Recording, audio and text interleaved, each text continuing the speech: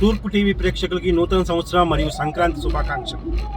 ఈ సంవత్సరం మీకు అన్ని విషయాల్లో విజయాలు కలగాలి, ఆ భగవంతుడు మీకు ఆరోగ్య ఐశ్వర్యాలు ప్రసాదించాలని మనస్ఫూర్తిగా కోరుకుంటూ మీ చిత్రం Sri. Please subscribe, like, share తూర్పు టీవీ.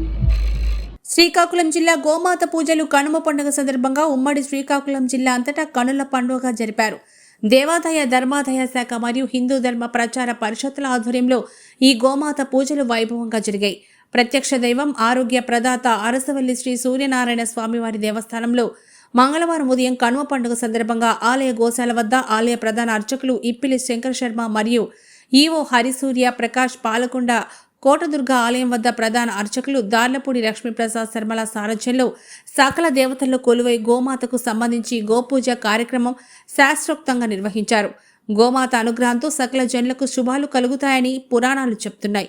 సకల దేవతలు గోవు మాతపైనే కొలువై ఉన్నట్లు ఆధ్యాత్మిక గ్రంథాలు చెప్తున్నాయి. గోవును పూజించడం వల్ల అజ్ఞానమనే చీకటి నశించి జ్ఞానజ్యోతి మరియు సకల సంపదలు కలుగుతాయని నమ్మకం.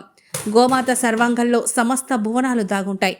తెలుగు రాష్ట్రాల్లో కనుమ పండుగ రోజున గోమాత పూజలు చేయడం అనాదిగా వస్తున్న ఆచారమని ఉమ్మడి శ్రీకాకుళం జిల్లా హిందూ ధర్మ ప్రచార పరిషత్ కన్వీనర్ జోగి నాయుడు అన్నారు. గోమాత దర్శనం సకల దేవత దర్శన పుణ్యమని, గోవు నుంచి వచ్చే ప్రతిదీ ఔషధాలుగా కలిగి ఉంటుందని, గోమాత హిందూ ధర్మ ప్రతీక అని ఆయన స్పష్టం చేశారు.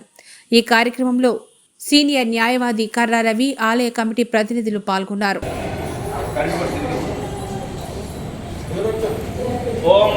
ओम भूर्भुवः स्वः नमः शाकरे शाकवे शाकराज सूर्याग्रयोजनाग्राजे भूमिका जानवजन पूजा రాత్రాయి గాత్రమయా విద్యాలు బాంద్రార్థమర్తగా పట్టుకుంటున్న చిత్ర ప్రవేశాన్ని. అందరికీ నమస్కారం. నేను మీ జబర్దస్త్ బుల్లెట్ భాస్కర్.